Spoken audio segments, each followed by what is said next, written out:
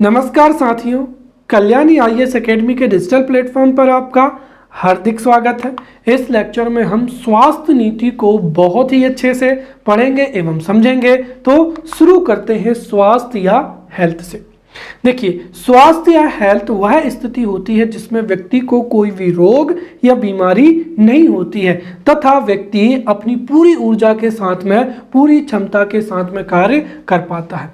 अर्थात स्वास्थ्य से तात्पर्य आरोग्यता या फिर कमजोरी की अनुपस्थिति से होता है।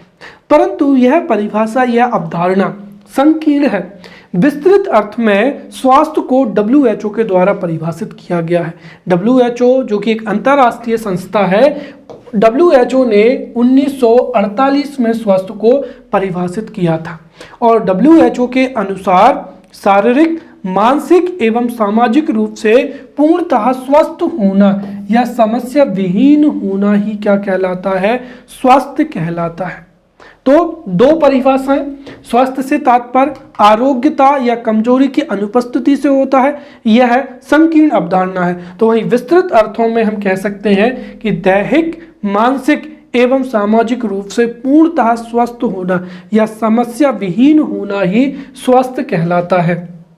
या फिर दूसरे शब्दों में कह सकते हैं कि किसी व्यक्ति की मानसिक, शारीरिक और सामाजिक रूप से अच्छे होने की स्थिति को ही स्वास्थ्य कहते हैं, न कि सिर्फ बीमारी और कमजोरी की अनुपस्थिति को। इस तरीके से हम समग्र रूप से स्वास्थ्य को डिफाइन कर सकते हैं। तो समग्र रूप से स्वास्थ्य सिर्फ बीमारियों की अनुपस्थिति का नाम नहीं है, बल्कि स्वास्थ्य का अर्थ जीवन में आने वाली सभी सामाजिक, शारीरिक और भावनात्मक चुनौतियों का प्रबंधन करने में सफलतापूर्वक क्षमता से होता है। जो स्वास्थ्य है यह भी दो प्रकार का होता है। तो स्वास्थ्य का पहला प्रकार हो जाएगा उपचारात्मक स्वास्थ्य या क्यूरेटिव हेल्थ केयर हो जाएगा, और दूसरा हो जाएगा निरोधात्मक स्वास्थ्य या स्वास्थ्य प्रिवेंटिव हेल्थ केयर हो जाएगा। और स्वास्थ्य के लिए सरकार जो भी नीतियां बनाती है या जो भी सुविधाएं उपलब्ध कराती हैं, उनको भी हम इन्हीं दो भागों में बांट सकते हैं। अर्थात यदि सरकार कोई भी नीति या सुविधा उपलब्ध करा रही है तो उसको हम उपचारात्मक स्वास्थ्य सुविधा, क्यूरेटिव हेल्थ केयर फैसिलिटी एवं प्रिवेंटिव या निरोधात्मक प्रिवेंटिव हेल्थ केयर फैसिलिटी में वर्गीकृत कर सकते हैं। अब इन दोनों में अंतर क्या होता है, इसको हम डिटेल से समझते हैं। सबसे पहला हो जाएगा उपचारात्मक स्वास्थ्य या क्यूरेटिव हेल्थ केयर। देखिए, वे स्वास्थ्य सुविधाएं जो रोग या बीमारी हो जाने के पश्चात या उत्पन्न होने के पश्चात उपलब्ध कराई जाती हैं तथा बीमारी या रोग होने के पश्चात उस बीमारी या रोग को कम करने के लिए या रोकने के लिए उपलब्ध कराई जाती हैं, उनको ही क्या कहा जाता है? उपचारात्मक स्वास्थ्य सुविधा कहा जाता है। बिल्कुल सीधी सी परिभाषा है।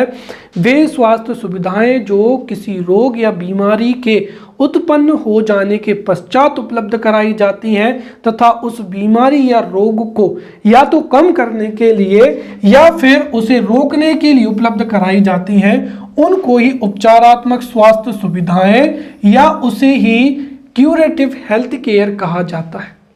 भारत में जो स्वास्थ्य सुविधाएं उपलब्ध कराई जाती हैं उनमें अगर अनुपातिक दृष्टि से देखें तो अधिकांश जो स्वास्थ्य सुविधाएं हैं वह क्यूरेटिव हेल्थ केयर प्रकार की हैं। अर्थात भारत में जो स्वास्थ्य सुविधाएं हैं उनका विस्तार उपचारात्मक ही रहा है। साथ ही साथ जो उपचारात्मक स्वास्थ्य होता है, अब किसी व्यक्ति को यदि कोई रोग हो जाता है या बीमारी हो जाती है तो इस स्थिति में उपचारात्मक स्वास्थ्य सेवाओं के रूप में दवाइयाँ दी जाती हैं, और वो दवाइयाँ या मेडिसिन्स एलोपैथिक हो सकती हैं, होम्योपैथिक हो सकती हैं, आयुर्वेदिक हो सकती हैं या अन्य प्रकार की दवाएं या मेडिसिन्स हो सकती हैं। इसके साथ ही रोग या बीमारी के पश्चात विभिन्न प्रकार से तकनीकों के माध्यम से, राइट, जैसे थेरेपी के माध्यम से, ऑपरेशन के माध्यम से या सर्जरी इत्यादि के माध्यम से भी उस बीमारी या रोग को कम किया जाता है या फिर उसको रोका जाता है। साथ ही साथ विभिन्न स्वास्थ्य उपकरणों का भी प्रयोग किया जाता है।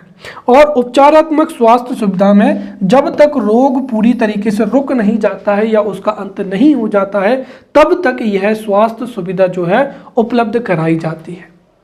अब उपचारात्मक स्वास्थ्य सुविधाएं उपलब्ध कराने में सरकार ने कौन कौन से कदम उठाए हैं, यहां से कई प्रकार के जो है एमसीक्यूज पूछे जा सकते हैं। तो हमारा देश जो है, हमारे देश में जनसंख्या बहुत तेजी से बढ़ रही है, साथ ही साथ कई प्रकार की संक्रामक एवं असंक्रामक बीमारियां भी हमारी जनसंख्या को ग्रसित कर रही हैं।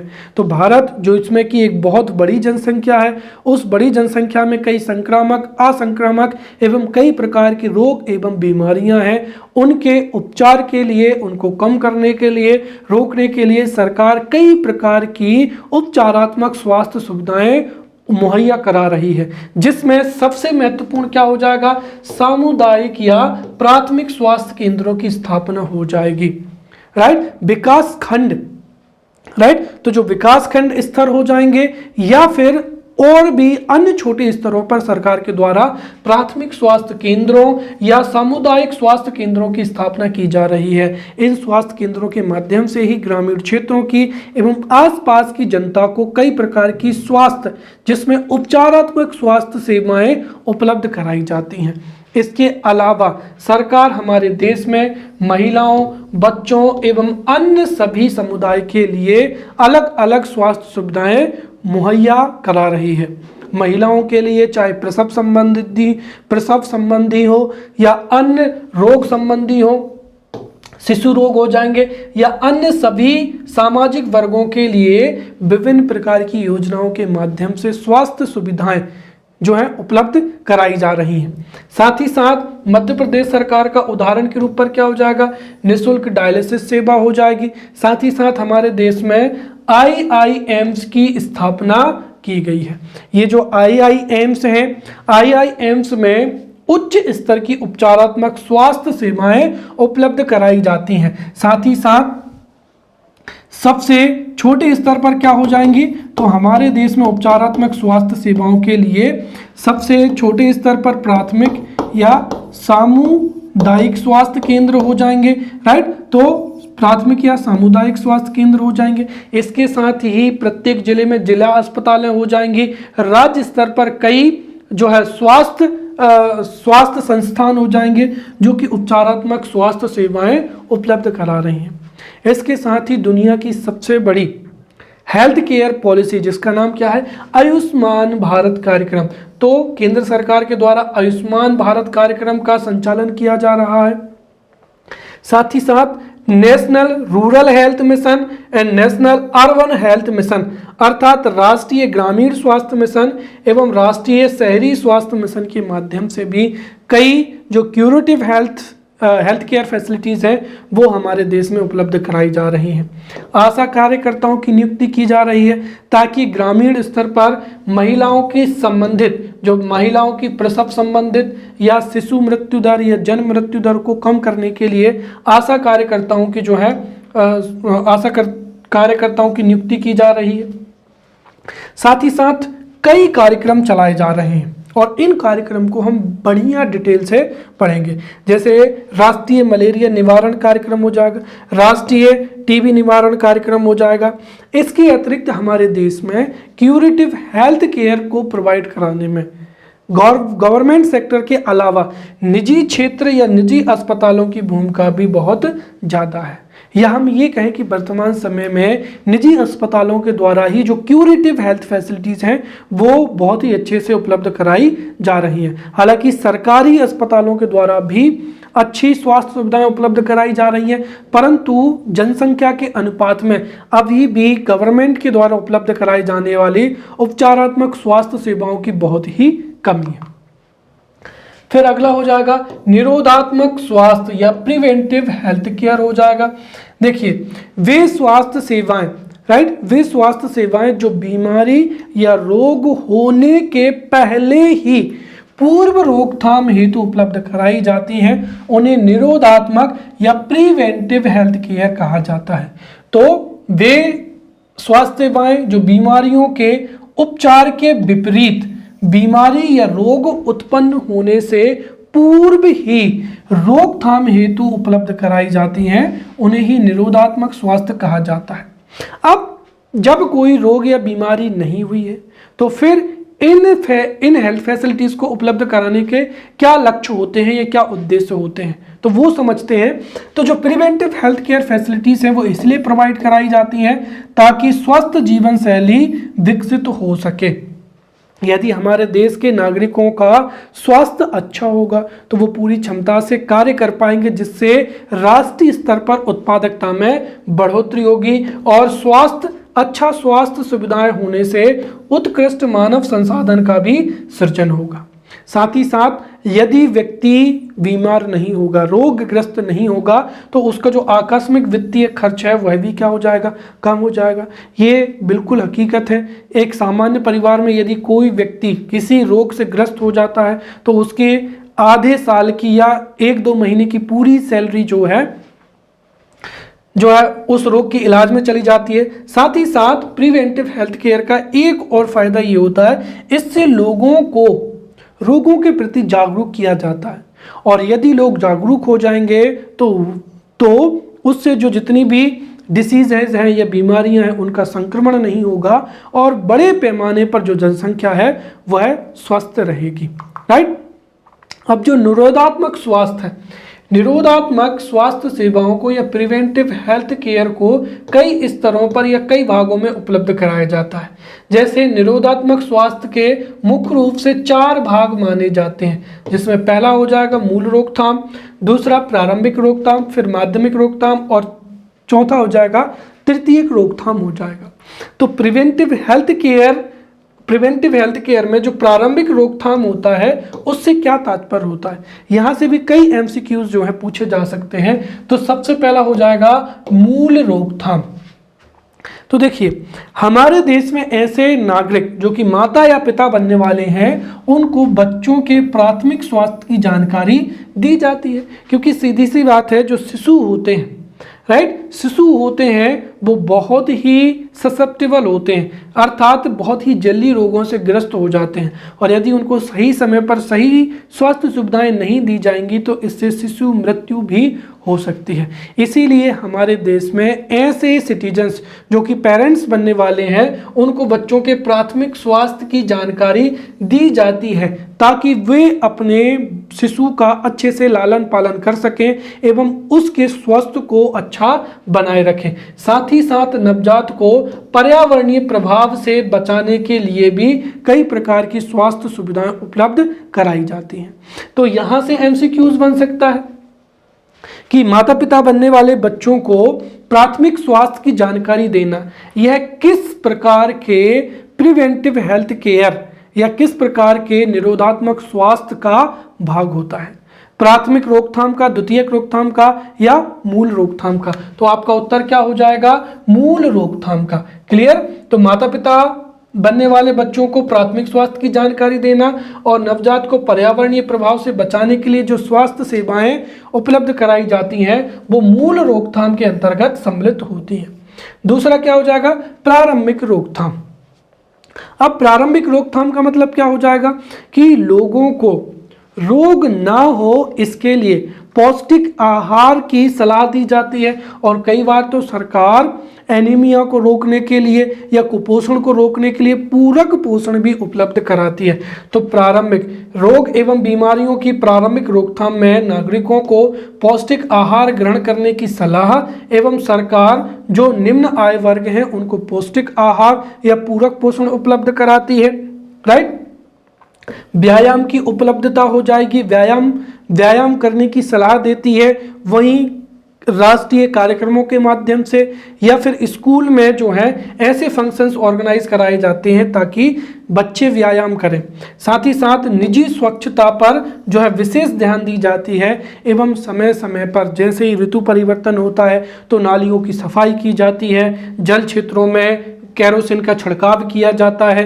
राइट। स्वच्छता को शहर में ग्रामीण स्तर पर स्वच्छता को बनाए रखा जाता है ताकि संक्रामक बीमारियां ना फैले। साथ ही साथ यौन शिक्षा भी उपलब्ध कराई जाती है। तो प्रारंभिक रोकथाम में आहार देना, सलाह देना, व्यायाम की उपलब्धता को सुनिश्चित करना, निजी स्वच्छता पर विशेष ध्यान देना एवं यौन शिक्षा संबंधी सुविधाएं उपलब्ध कराई जाती हैं। फिर आ जाएगा माध्यमिक रोकथाम।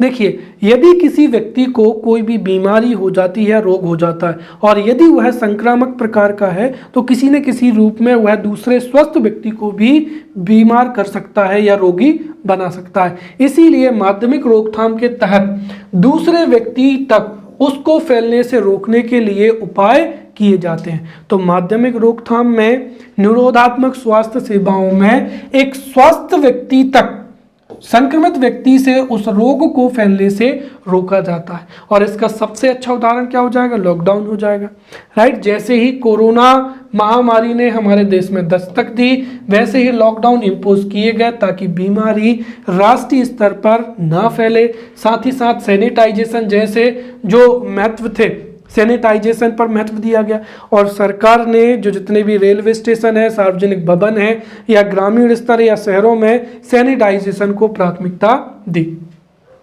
फिर हो जाएगा तृतीयक रोकथाम। देखिए, तृतीयक रोकथाम में जो भी रोग हो जाता है उसकी जटिलता को क्या किया जाता है? कम किया जाता है, राइट। तो तृतीय रोकथाम में रोग की जटिलता को कम किया जाता है और रोगी का जो दर्द है उसको कम किया जाता है। अर्थात रोगग्रसित के जो स्वस्थ है उसको बेहतर बनाने के जो है उपाय किए जाते हैं। साथ ही साथ जो रोग से हानि होती है उसको कम किया जाता है। इसके आप उदाहरण के लिए यही याद रखिए, कोरोना पेंडेमिक। अब कोरोना पेंडेमिक में जो तृतीयक रोकथाम होगी, प्रिवेंटिव हेल्थ केयर में जो तृतीयक रोकथाम होगी, उसके तहत जो भी बीमारी है उसकी जटिलता को कम की जाती है, चाहे मलेरिया हो चाहे कोरोना हो। उसके आंकड़ों को घटाने के लिए ध्यान दिया जाता है। साथ ही साथ उससे रोगों को कम करने के लिए भी जो है उपाय तलाशे जाते हैं। आधुनिक जो है दवाइयाँ या वैक्सीन्स जो हैं उन पर रिसर्च की जाती है तथा उनको उपलब्ध कराया जाता है। साथ ही साथ रोग से हानि कम से कम हो ऐसे उपाय किए जाते हैं और पुनर्वास संबंधी जो व्यवस्थाएं हैं यह भी की जाती है। अब निरोधात्मक स्वास्थ्य हेतु सरकारी कार्यक्रमों को भी समझते हैं और यह भी महत्वपूर्ण है, राइट। देखिए, हमारे सिलेबस में स्वास्थ्य नीति भी है और स्वास्थ्य कार्यक्रम भी है। तो जो निरोधात्मक सरकारी कार्यक्रम है इनको हम एक लेक्चर में बहुत ही डिटेल से समझेंगे। तो निरोधात्मक स्वास्थ्य सेवाओं के लिए सरकारी कार्यक्रम हो जाएगा, जिसमें सबसे महत्वपूर्ण क्या हो जाएगा? टीकाकरण हो जाएगा, राइट। जो संक्रामक बीमारियां होती हैं वह बहुत ही तेजी से फैलती हैं और इस वजह से एक बड़ी जनसंख्या बहुत ही कम समय में रोगग्रस्त हो सकती है। उन संक्रामक बीमारियों के इलाज के लिए सर्वोत्तम जो तकनीक है या निरोधात्मक स्वास्थ्य सेवा है वह कौन सी हो जाएगी? टीकाकरण हो जाएगी। उदाहरण के लिए कोरोना की वजह से लंबे समय तक लॉकडाउन इम्पोज किए गए, परंतु यदि लोगों को कोरोना की वैक्सीन दी जाए तो इससे हर्ड इम्यूनिटी लाकर हम कोरोना के प्रभाव को कम कर सकते हैं। तो टीकाकरण के माध्यम से कई संक्रामक बीमारियों को उत्पन्न होने से पहले ही नियंत्रित किया जा सकता है और हमारे देश में प्रिवेंटिव हेल्थ केयर में सरकार टीकाकरण उपलब्ध करा रही है और राष्ट्रीय टीकाकरण कार्यक्रम 1985 से प्रारंभ हुआ है, राइट। 1978 से ही हमारे देश में टीकाकरण की शुरुआत हो गई थी, जिसको राष्ट्रीय टीकाकरण कार्यक्रम, सार्वभौमिक राष्ट्रीय टीकाकरण कार्यक्रम के रूप में 1985 से ही हमारे देश में विभिन्न बीमारियों की रोकथाम के लिए सरकार टीकाकरण पर जोर दे रही है।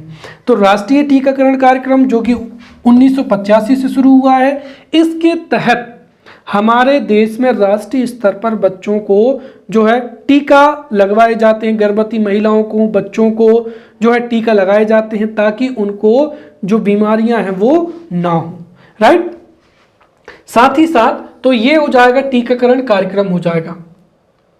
अब इस टीकाकरण कार्यक्रम में जो है पोलियो हो जाएगा, डिप्थीरिया हो जाएगा और कई प्रकार के जो है टीके बच्चों को एवं महिलाओं को उपलब्ध कराए जाते हैं। इसके अतिरिक्त भी यदि कोई बीमारी हमारे राष्ट्रीय स्तर पर बड़ी जनसंख्या को प्रभावित कर सकती है तो उसके लिए भी सरकार विशेष अभियान चलाती है। जैसे पोलियो के उन्मूलन के लिए पल्स पोलियो कार्यक्रम चलाया गया, जिससे पोलियो का जो है टीकाकरण किया गया। साथ ही साथ मिशन इंद्रधनुष हो जाएगा।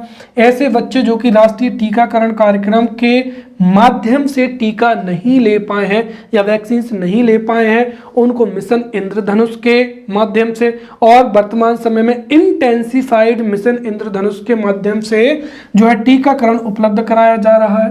राष्ट्रीय पल्स पोलियो उन्मूलन कार्यक्रम हो जाएंगे, अर्थात टीकाकरण के माध्यम से preventive health care facilities provide कराई जाती हैं। दूसरा, सरकार निरोधात्मक स्वास्थ्य के लिए स्वच्छता पर विशेष ध्यान दे रही है और वर्तमान समय में स्वच्छ भारत मिशन या स्वच्छ पेयजल योजना जो है लागू कर चुकी है ताकि कम से कम बीमारियां फैलें। फिर क्या हो जाएगा, व्यायाम। तो सरकार ने हमारे देश में व्यायाम को बढ़ावा देने के लिए या शारीरिक गतिविधियों को बढ़ावा देने के लिए व्यायाम करने की जागरूकता के लिए ठोस कदम उठाए हैं। इसमें सबसे बड़ा क्या हो जाएगा, अंतर्राष्ट्रीय योग दिवस। भारत सरकार के प्रयासों से ही 21 जून को अंतर्राष्ट्रीय योग दिवस जो है घोषित किया जा चुका है। साथ ही साथ इस दिन लोगों को व्यायाम करने के लिए, योग करने के लिए प्रोत्साहित किया जाता है। फिर क्या हो जाएगा, पोषण कार्यक्रम हो जाएगा। तो मध्य प्रदेश तथा हमारे देश में कुपोषण की वजह से जो भी बीमारियां हो सकती हैं और जिससे जनसंख्या प्रभावित हो सकती है, उसको कम करने के लिए अन्न उत्सव मनाए जा रहे हैं। साथ ही साथ सरकार पूरक पोषण कार्यक्रम भी चला रही है, जिससे लोगों को जो दलिया है, दालें हैं या महत्वपूर्ण जो पोषक तत्व हैं वह विभिन्न योजनाओं से उपलब्ध कराए जा रहे हैं। या फिर राष्ट्रीय पोषण मिशन भी हो जाएगा। तो ये जो है निरोधात्मक स्वास्थ्य सेवाओं के लिए क्या हो जाएंगे, सरकारी कदम हो जाएंगे। इसके अतिरिक्त अगला हो जाएगा संस्थागत प्रसव हो जाएगा। अब हमारे देश में शिशु मृत्यु दर, मातृ मृत्यु दर बहुत ही ज़्यादा है, जिसको नियंत्रित करना बहुत ही जरूरी है। और शिशु मृत्यु दर है या बाल मृत्यु दर है या नवजात मृत्यु दर है, उसको कम करने के लिए जो है सरकार संस्थागत प्रसव को बहुत ही बढ़ावा दे रही है। संस्थागत प्रसव का मतलब क्या हुआ कि यदि प्रसव हॉस्पिटल में होगा या सरकारी अस्पताल में होगा तो वहां पर महिला, जच्चा एवं बच्चा दोनों को अच्छी स्वास्थ्य सुविधाएं दी जा सकती हैं, जिससे न केवल महिला का स्वास्थ्य अच्छा रहेगा बल्कि शिशु का स्वास्थ्य भी अच्छा रहेगा। और हमारे राष्ट्रीय स्तर पर तथा मध्य प्रदेश में संस्थागत प्रसव को बढ़ाने के लिए प्रयास किए जा रहे हैं, जिसका सबसे अच्छा जो है उदाहरण क्या हो जाएगा, जननी एक्सप्रेस योजना हो जाएगा। क्योंकि ग्रामीण क्षेत्र हो या शहरी क्षेत्र हो, जो गर्भवती महिला है उसको हॉस्पिटल तक लाने के लिए पर्याप्त साधन नहीं होते थे, इसलिए सरकार जननी एक्सप्रेस योजना चला रही है, जिससे संस्थागत प्रसव को बढ़ोतरी मिल सके। साथ ही सरकार जो है वित्तीय सहायता भी दे रही है ताकि अधिक से अधिक संस्थागत प्रसव बढ़ेगा। इसके लिए परिवहन सुविधा, उपचार योजना, वित्तीय प्रोत्साहन ये उपलब्ध करा रही है। साथ ही साथ संस्थागत प्रसव को बढ़ावा देने के लिए आशा, दाइमा या आंगनवाड़ी कार्यकर्ताओं की भी जो है उपलब्धि सुनिश्चित की जा रही है। फिर अगला क्या हो जाएगा, अवसंरचनात्मक। तो हमारे देश में हेल्थ केयर तभी अच्छा हो सकता है जब अच्छा क्या हो, इंफ्रास्ट्रक्चर हो। तो प्रिवेंटिव हेल्थ केयर में हमारे देश में अच्छी अवसंरचना युक्त जो है स्वास्थ्य सेवाएं उपलब्ध कराई जा रही हैं। इसके लिए विभिन्न शहरों में सरकारी अस्पताल स्थापित किए जा रहे हैं। ग्रामीण स्तरों पर या छोटे स्तरों पर जो है प्राथमिक स्वास्थ्य केंद्र, सामुदायिक स्वास्थ्य केंद्र, जिला अस्पताल, साथ ही साथ अन्य सरकारी अस्पताल स्थापित किए जा रहे हैं। सोशल हेल्थ केयर वर्कर्स की नियुक्ति की जा रही है। पब्लिक हेल्थ सेंटर्स स्थापित किए जा रहे हैं। एम्स की स्थापना की जा रही है। साथ ही साथ हमारे देश में नागरिकों को अनुच्छेद 21 का जो जीवन रक्षा का अधिकार है उसके तहत भी जो है स्वास्थ्य सुविधाएं उपलब्ध कराई जा रही है। क्लियर। अब हम यहाँ पर समझते हैं कि स्वास्थ्य सुविधाओं से संबंधित हमारे संविधान में क्या क्या प्रावधान है। राइट। तो स्वास्थ्य से संबंधित संवैधानिक प्रावधानों को समझते हैं। तो यहाँ से 3 से 4 चीजें आपको याद रखना है जो कि MCQs के रूप में पूछे जा सकती हैं। सबसे पहली चीज तो यही है कि भारतीय संविधान के अनुसार जो अनुसूची 7 है, अनुसूची 7 में 3 सूचियां हैं, संघ सूची, राज्य सूची एवं समवर्ती सूची। इसमें से स्वास्थ्य राज्य सूची का क्या है, विषय है। तो चूंकि स्वास्थ्य राज्य सूची का विषय है, अर्थात स्वास्थ्य के संबंध में कानून बनाने का अधिकार राज्य सरकारों का होता है। इसके अतिरिक्त हमारे संविधान में स्वास्थ्य संबंधी महत्वपूर्ण जो अवयव हैं वो राज्य के नीति निर्देशक तत्व में है। तो भारतीय संविधान में स्वास्थ्य संबंधी अधिकांश जो प्रावधान है वो संविधान के भाग 4 या राज्य के नीति निर्देशक तत्वों में सम्मिलित है, जैसे अनुच्छेद 38, अनुच्छेद 41, 42, 47 और 48 में स्वास्थ्य संबंधी विभिन्न क्या है, प्रावधान है। इसके अतिरिक्त जो है पंचायतों एवं नगर पालिकाओं में भी स्वास्थ्य से संबंधित कुछ प्रावधान किए गए। तो 73वें एवं 74वें संविधान संशोधन से पंचायतों एवं नगर पालिकाओं को संवैधानिक अधिकार दिए गए हैं और उन्हीं संवैधानिक अधिकारों में कुछ प्रावधान स्वास्थ्य से संबंधित हैं। इनमें पीने योग्य पानी उपलब्ध कराना, स्वास्थ्य एवं स्वच्छता को निर्धारित करना, परिवार कल्याण पर ध्यान देना, महिला एवं बाल विकास और सामाजिक कल्याण के जो क्षेत्र हैं ये इसमें सम्मिलित हैं। तो ये स्वास्थ्य संबंधी प्रमुख संवैधानिक प्रावधान थे।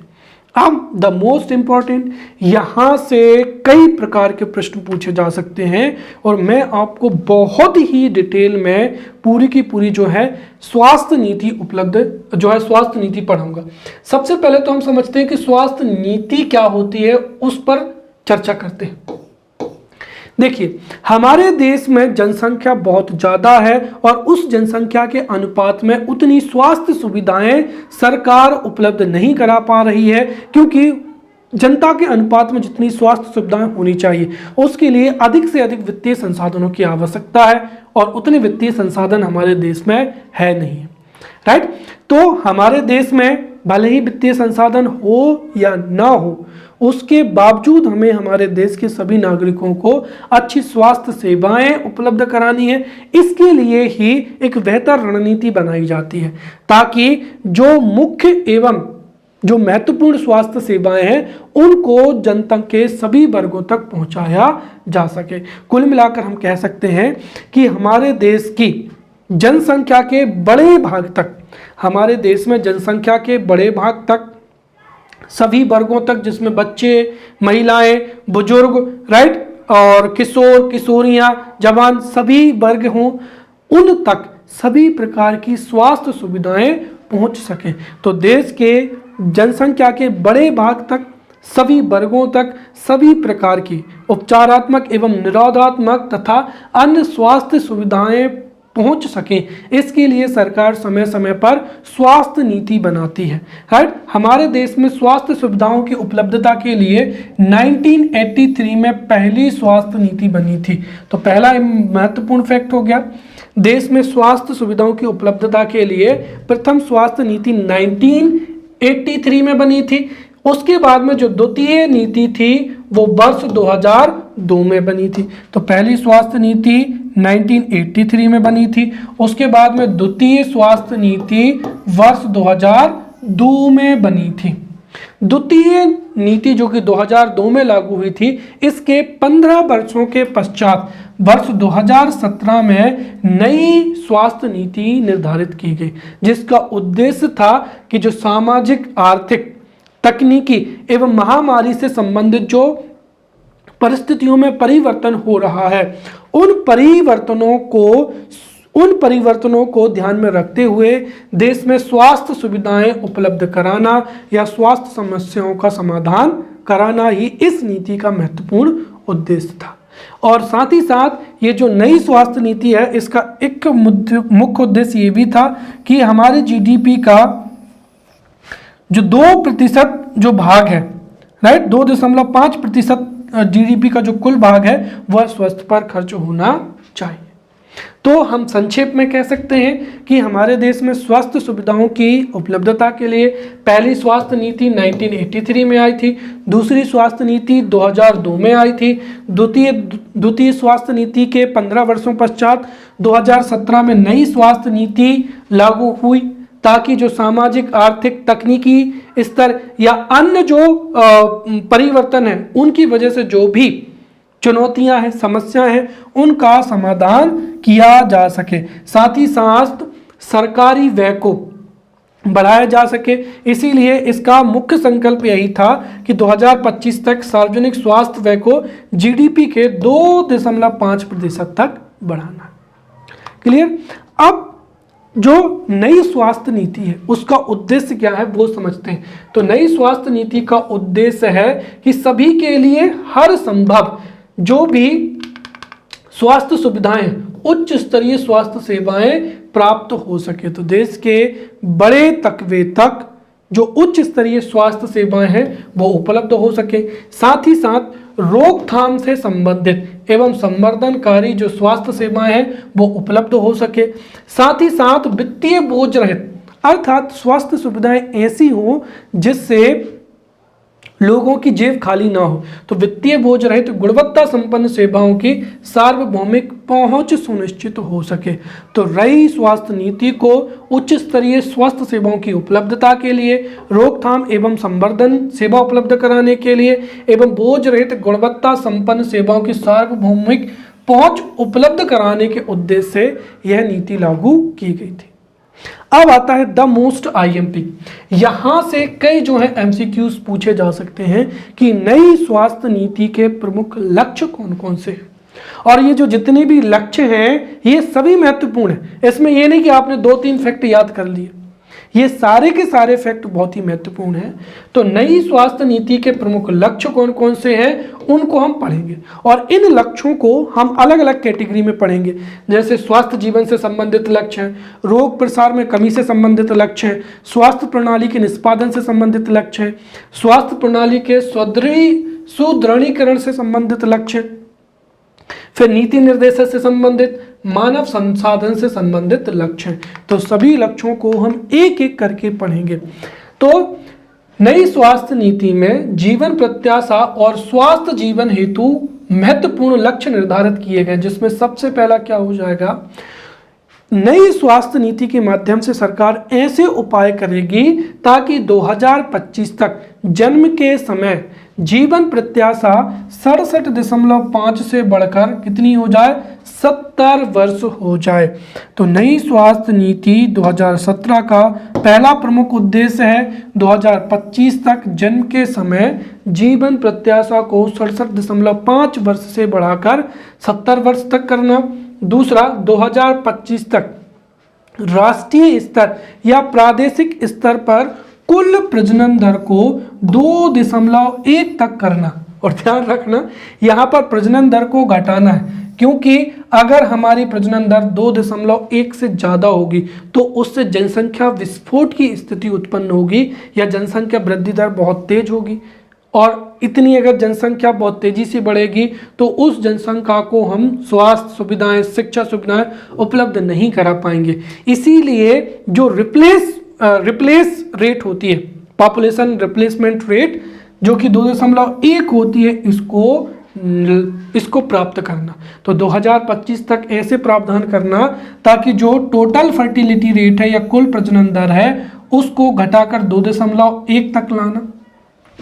साथ ही साथ जन्म से 2025 तक 5 वर्ष से कम आयु के बच्चों की मृत्यु दर को 23 तक लाना।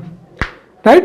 तो 5 वर्ष से कम आयु के जितने भी शिशु हैं उनको, उनकी मृत्यु दर को 23 से कम लाना। तो 5 वर्ष से कम आयु के बच्चों की मृत्यु दर 23 तक लाना। अब अगले में ये दो बहुत ही महत्वपूर्ण है और इनके सन भी क्या है, अलग अलग है।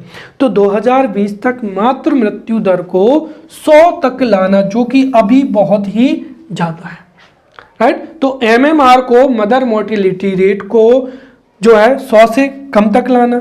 साथ ही साथ जो शिशु मृत्यु दर है, प्रसव के दौरान जो शिशुओं की मृत्यु हो जाती है उसको 28 तक कम करना।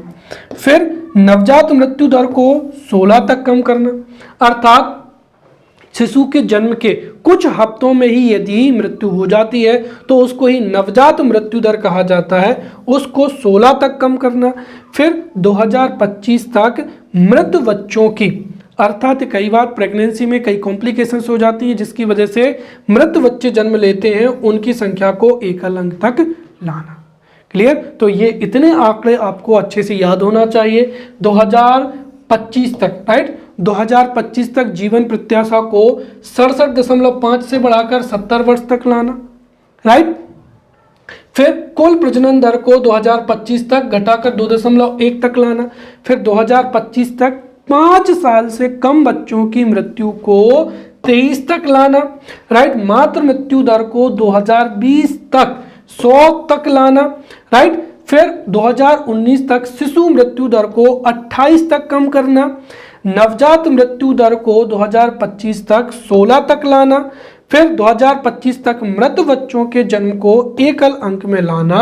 ये जीवन प्रत्याशा और स्वास्थ्य जीवन से संबंधित महत्वपूर्ण लक्ष्य रखे गए थे। दूसरा क्या हो जाएगा, इसी स्वास्थ्य नीति में रोग प्रसार में कमी के भी लक्ष्य रखे गए थे, जिसका पहला क्या हो जाएगा कि नई स्वास्थ्य नीति के अनुसार 2020 तक HIV का जो वैश्विक लक्ष्य है उसको प्राप्त करना, अर्थात वैश्विक स्तर पर HIV की रोकथाम का जो लक्ष्य रखा गया है उसको 2020 तक हासिल कर लेना।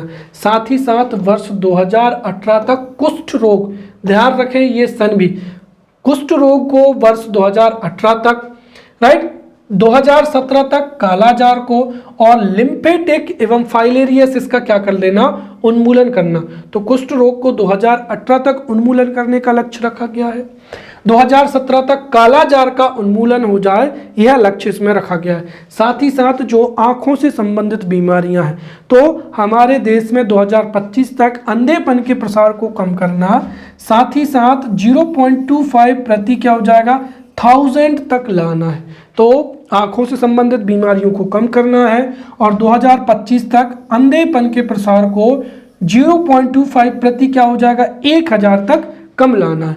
और इस बीमारी से जो भी वित्तीय बोझ आता है उसको 1/3 तक कम करना है। वहीं जो हृदय रोग की वजह से, ध्यान से समझिए, हृदय रोग है, कैंसर है, मधुमेह है या क्रोनिक श्वसन, एक तरीके से अगर देखा जाए जिनको लाइफ स्टाइल डिसीज कहा जाता है, तो लाइफ स्टाइल डिसीज जैसे कैंसर है, मधुमेह है, साथ ही साथ क्रोनिक श्वसन है एवं हृदय रोग, इन सब रोगों से जो भी मृत्यु हो जाती है उनमें कमी लाना है 25% तक, 25% तक कमी लाना है 2025 तक। क्लियर? अब हम यहाँ पर स्वास्थ्य प्रणाली का निष्पादन किससे संबंधित समझते हैं। अब जो जीवन प्रत्याशा और स्वास्थ्य जीवन से संबंधित जो भी लक्ष्य रखे गए हैं या रोग प्रसार में कमी के जो भी लक्ष्य रखे गए हैं वो तभी हासिल किए जा सकते हैं जब स्वास्थ्य प्रणाली का निष्पादन या आउटपुट बहुत अच्छा हो। तो स्वास्थ्य प्रणाली के निष्पादन के लिए जो है कुछ लक्ष्य रखे गए, जिसमें पहला क्या हो जाएगा 2025 तक जो सार्वजनिक स्वास्थ्य सुविधाएं हैं उनके उपयोग को मौजूदा स्तर से 50% तक बढ़ाना है, राइट। ग्रामीण क्षेत्र हो, शहरी क्षेत्र हो, जिसमें निम्न आय वर्ग के व्यक्ति निजी अस्पतालों में महंगा स्वास्थ्य जो है अफोर्ड नहीं कर सकते हैं। इसीलिए हमारे देश में निम्न आय वर्ग तथा निचले तबके के प्रत्येक व्यक्ति स्वास्थ्य सुविधाओं को अफोर्ड कर सके, इसके लिए जो मौजूदा स्वास्थ्य सुविधाएं हैं उनके उपयोग को 50% तक बढ़ाने का जो लक्ष्य है वो इस नीति में रखा गया है। साथ ही साथ 2025 तक प्रसव पूर्व देखभाल कवरेज, महिलाओं के प्रसव से पहले ही उनको पोषण युक्त भोजन उपलब्ध कराना, समय पर टीका देना, साथ ही साथ रेगुलर चेकअप हो सके, इसके साथ ही जन्म के समय दक्षता देखभाल को बढ़ोतरी करना, इसको 90 ऊपर से बनाए रखना है। अर्थात हमारे देश में 90% गर्भवती महिलाओं को प्रसव से पूर्व देखभाल उपलब्ध कराना और जन्म के समय देखभाल जो क्षमता है उसको बरकरार रखना ताकि शिशु मृत्यु दर, राइट, मातृ मृत्यु दर में कमी आ सके। इसके साथ ही 2025 तक 90% से अधिक नवजात शिशुओं को 1 वर्ष तक पूरी तरीके से टीकाकरण द्वारा प्रतिरक्षित करना। तो 1 वर्ष में ही शिशु को विभिन्न बीमारियों की रोकथाम के लिए टीकाकरण कर देना। साथ ही साथ 2025 तक राष्ट्रीय और क्षेत्रीय स्तर पर परिवार नियोजन की जरूरत को 90% से ऊपर पूरा करना। हमारे देश में परिवार नियोजन एक ऐसा मुद्दा है जिस पर खुलकर ना तो बहस होती है, ना ही सरकार इसके लिए प्रमुख जो सुविधाएं हैं, राइट, गर्भ निरोधक वगैरह, ये भी उपलब्ध नहीं कराती है। तो परिवार नियोजन की जो जरूरत है उसको 90% से ऊपर पूरा करने का लक्ष्य इस स्वास्थ्य प्रणाली में रखा गया है। चौथा लक्ष्य है स्वास्थ्य प्रणालियों का सुदृढ़ीकरण हो जाएगा, अर्थात हमारे देश में जो हेल्थ केयर सिस्टम है वो और भी बेहतर हो जाए, इसके लिए सरकार ने लक्ष्य रखा है, राइट। तो स्वास्थ्य प्रणालियों के सुदृढ़ीकरण के लिए 2025 तक स्वास्थ्य पर सरकारी व्यय को जीडीपी के कुल प्रतिशत का 1.15% से बढ़ाकर 2.5% करना, और ये विकसित देशों की तुलना में बहुत कम है। विकसित देश और अन्य देश लगभग 5% जो है अपनी जीडी का 5% या उससे अधिक स्वास्थ्य एवं शिक्षा पर खर्च करते हैं, परंतु भारत एक ऐसा देश है जो कि स्वास्थ्य एवं शिक्षा पर अपनी जीडीपी का बहुत ही कम भाग खर्च करता है। वर्तमान समय में हमारे देश की जीडीपी का 1.15% ही खर्च होता है। इसको नई स्वास्थ्य नीति के माध्यम से बढ़ाया जाएगा और इस स्वास्थ्य को 2.5% से भी अधिक किया जाएगा। और वर्तमान में कोरोना महामारी के चलते हुए यह समझ में आ गया है कि देश में गवर्नमेंट हेल्थ केयर सिस्टम बहुत ही जरूर है, ताकि महामारियों को फैलने से रोकने के लिए जो पब्लिक हेल्थ केयर सिस्टम होता है वो बहुत ही अच्छी भूमिका निभाता है। इसीलिए लोगों की मांग तो ये भी है कि जो जीडीपी का लगभग 5% भाग जो है सरकार को स्वास्थ्य सेवाओं पर खर्च करना चाहिए। साथ ही साथ 2020 तक राज्यों का स्वास्थ्य क्षेत्र में व्यय को बजट के 8% से भी अधिक करना है। तो ये दोनों में अंतर है समझना। नई स्वास्थ्य नीति के तहत देश की जीडीपी के 1.15% से बढ़ाकर 2.25% करना है। वहीं राज्यों में स्वास्थ्य क्षेत्र में व्यय को बजट के 8% से अधिक करना है। तो राज्यों की जीडीपी से राज्यों को 8% से अधिक खर्च करना चाहिए, राइट, या करेंगे। और वहीं राष्ट्रीय स्तर पर जीडीपी का 2.5% से अधिक भाग स्वास्थ्य सेवाओं पर खर्च किया जाएगा, ताकि जो है स्वास्थ्य प्रणालियों का सुदृढ़ीकरण हो सके। इसके साथ ही एक लक्ष्य और निर्धारित किया गया, वो क्या है कि देखिए, जब कभी भी कई संक्रामक बीमारियां, कई बीमारियां जो कि अचानक से उत्पन्न होती हैं, तो आकस्मिक अत्यधिक व्यय होता है। उस व्यय से कई परिवार ऐसे होते हैं जो कि अपने, जैसे कृषक परिवार है तो वो अपनी एक फसल पूरी की पूरी, एक फसल की जो इनकम होती है वो पूरी की पूरी इनमें चली जाती है, या जो व्यक्ति काम करते हैं उनकी 1 या 2 माह की सैलरी चली जाती है। तो उससे जो भी खर्च होता है उसको 25% तक कम करना है। और इसका तात्पर्य क्या हुआ कि निरोधात्मक स्वास्थ्य सेवाएं और उपचारात्मक स्वास्थ्य सेवाओं को बेहतर करना है, ताकि हमारे देश में आकस्मिक अत्यधिक व्यय पर कम हो सके और इसमें 25% तक की कमी आ सके। फिर अगला लक्ष्य क्या है? स्वास्थ्य संरचना और मानव संसाधन से संबंधित है। स्वास्थ्य संरचना में क्या हो जाएगा? नई स्वास्थ्य नीति में यह कहा गया है कि सरकार देश में एम्स की स्थापना करेगी, साथ ही साथ जिला अस्पताल हो जाएंगे या राज्य अस्पतालों की जो है देखरेख करेगी और उनकी स्थापना भी करेगी। साथ ही साथ जो जितने भी शासकीय अस्पताल हैं उनमें परिचिकित्सकों और डॉक्टरों की उपलब्धता भी सुनिश्चित की जाएगी, ताकि जनसंख्या के अनुपात में सरकारी अस्पतालों में डॉक्टर मौजूद हो सके। साथ ही साथ 2025 तक जनसंख्या के अनुपात में सामुदायिक स्वास्थ्य स्वयं सेवकों की भी नियुक्ति हो सके। अंत में इस स्वास्थ्य नीति में नीति निर्देश भी दिए गए हैं। नीति निर्देश क्या दिए गए हैं कि स्वास्थ्य सेवाओं पर बढ़ोतरी के लिए जो साधन है वो कराधान ही होगा, अर्थात सरकार टैक्स के माध्यम से, जिसमें सेस भी सम्मिलित हो सकता है। जैसे आपको पता होगा हेल्थ सेस भी लेती है गवर्नमेंट, तो सरकार कर के माध्यम से या उपकर के माध्यम से ही वित्त को इकट्ठा करेगी और उसी वित्त के माध्यम से ही हमारे देश में स्वास्थ्य सुविधाएं मुहैया कराएगी। साथ ही साथ जो कॉर्पोरेट सामाजिक उत्तरदायित्व होता है, क्या होता है कि देखिए, सरकार उद्योगों की स्थापना के लिए उनको भूमि उपलब्ध कराती है, कई प्रकार की रियायतें देती है। इसके बदले में सरकार यह भी उम्मीद करती है कि चूंकि कोई भी कंपनी है वह प्राकृतिक संसाधनों का दोहन कर रही है, इसीलिए वह समाज के हित में भी कार्य करे, राइट। इस वजह से जो कारपोरेट सामाजिक उत्तरदायित्व होता है उसके तहत जो भी वित्तीय संसाधन इकट्ठे होंगे उनका प्रयोग भी विशिष्ट कार्यक्रमों के संचालन के लिए किया जा सकेगा। क्लियर। और अंत में यहाँ पर निवारक एवं स्वास्थ्य संवर्धक लक्ष्य भी रखे गए हैं। तो नई स्वास्थ्य नीति में कुछ निवारक एवं स्वास्थ्य संवर्धक लक्ष्य भी रखे गए हैं, जिनका उद्देश्य हमारे देश में जो प्रिवेंटिव हेल्थ केयर सिस्टम है उसको बढ़ावा देना है, राइट। तो इन लक्ष्यों के माध्यम से परिवेश में सुधार लाया जाएगा और परिवेश में सुधार लाने के लिए प्राथमिकता वाले 7 क्षेत्रों को चिन्हित किया गया है और इन्हीं 7 क्षेत्रों में यह अपेक्षा की गई है कि सरकार ऐसा कार्य करे कि निवारक एवं स्वास्थ्य संवर्धक जो स्वास्थ्य है बहुत ही अच्छा हो सके। सबसे पहला क्या हो जाएगा, स्वच्छ भारत अभियान। सरकार स्वच्छ भारत अभियान को अच्छे से संचालित करे जिससे देश में स्वच्छता रहे और कम से कम बीमारियां फैले। दूसरा, सरकार संतुलित गुणकारी और जो है सरकार संतुलित एवं गुणकारी आहार उपलब्ध कराने पर ध्यान दे, साथ ही साथ नियमित व्यायाम को भी बढ़ावा दे।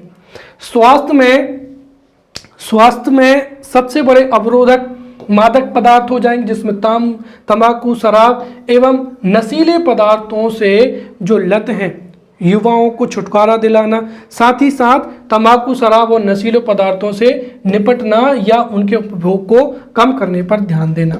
यात्री सुरक्षा, रेल और जो सड़क यातायात दुर्घटनाएं, राइट, तो रेल और सड़क यातायात में जितनी भी दुर्घटनाएं होती हैं उनको कम करना या ऐसे उपाय करना ताकि जो दुर्घटना से जितनी भी जानें जाती हैं उनमें कमी आ सके। फिर निर्भय नारी पर ध्यान दिया गया है, अर्थात महिला उत्पीड़न के विरुद्ध जो है सरकार कार्रवाई करे, साथ ही साथ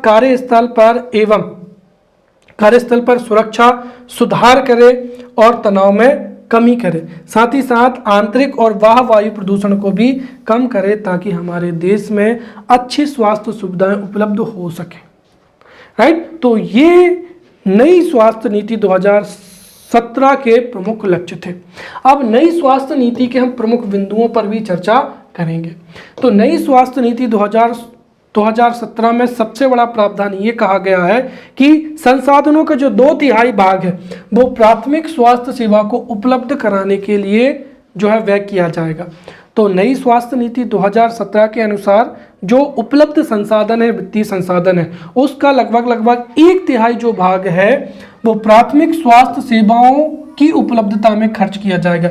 इसके साथ ही हमारे देश में 2 बिस्तरों, राइट, 1000 की आबादी पर 2 बिस्तरों की उपलब्धता सुनिश्चित करने पर बल देता है। और ये आपको कोरोना पैंडेमिक में अच्छे से समझ में आ गया। जब कोरोना की द्वितीय वेव आई थी तो कई लोगों की जान तो इस वजह से चली गई थी कि उनको हॉस्पिटल में बेड नहीं मिले थे। अगर उनको सही समय पर बेड मिल जाते, उनको ऑक्सीजन मिल जाती तो उनकी जान बच जाती। इसीलिए 1000 की आबादी पर 2 बेड सुनिश्चित हो, इसके लिए सरकार जो है प्रयास करेगी। साथ ही साथ जो राष्ट्रीय स्वास्थ्य नीति 2017 है, इसके प्रमुख आकर्षण बिंदुओं को हम इस तरीके से समझ सकते हैं।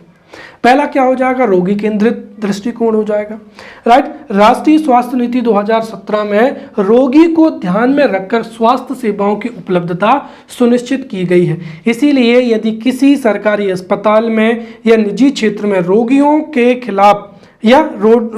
खिलाफ डॉक्टर के द्वारा या जो भी मेडिकल इंस्टीट्यूशन होता उसके द्वारा अगर कोई भी दुष्कार्य किया जाता है तो इस स्थिति में शिकायतों के समाधान के लिए अधिकार संपन्न चिकित्सा अधिकरण स्थापित किया जाएगा। ताकि रोगियों से संबंधित, रोगियों को अपने इलाज से संबंधित हर प्रकार की सुविधाएं मुहैया हो सके। और यदि कोई गवर्नमेंट अधिकारी या किसी अस्पताल में उनके साथ में दुर्व्यवहार हो रहा है या फिर उनकी शिकायतें नहीं सुनी जा रही हैं, तो उसके लिए अधिकार संपन्न चिकित्सा अधिकरण स्थापित किए जाएंगे, ताकि रोगी को ध्यान में रखकर या रोगी को प्राथमिकता देते हुए स्वास्थ्य सुविधाएं उपलब्ध हो सके। दूसरा क्या हो जाएगा, डिजिटल स्वास्थ्य प्रणाली हो जाएगा। नई स्वास्थ्य नीति में यह भी प्रावधान किया गया कि जो डिजिटल स्वास्थ्य सुविधाएं हैं उनको बढ़ावा दिया जाएगा, ताकि जो चिकित्सा सेवा प्रणाली है उसकी दक्षता और परिणाम दोनों में जो है सुधार आ सके।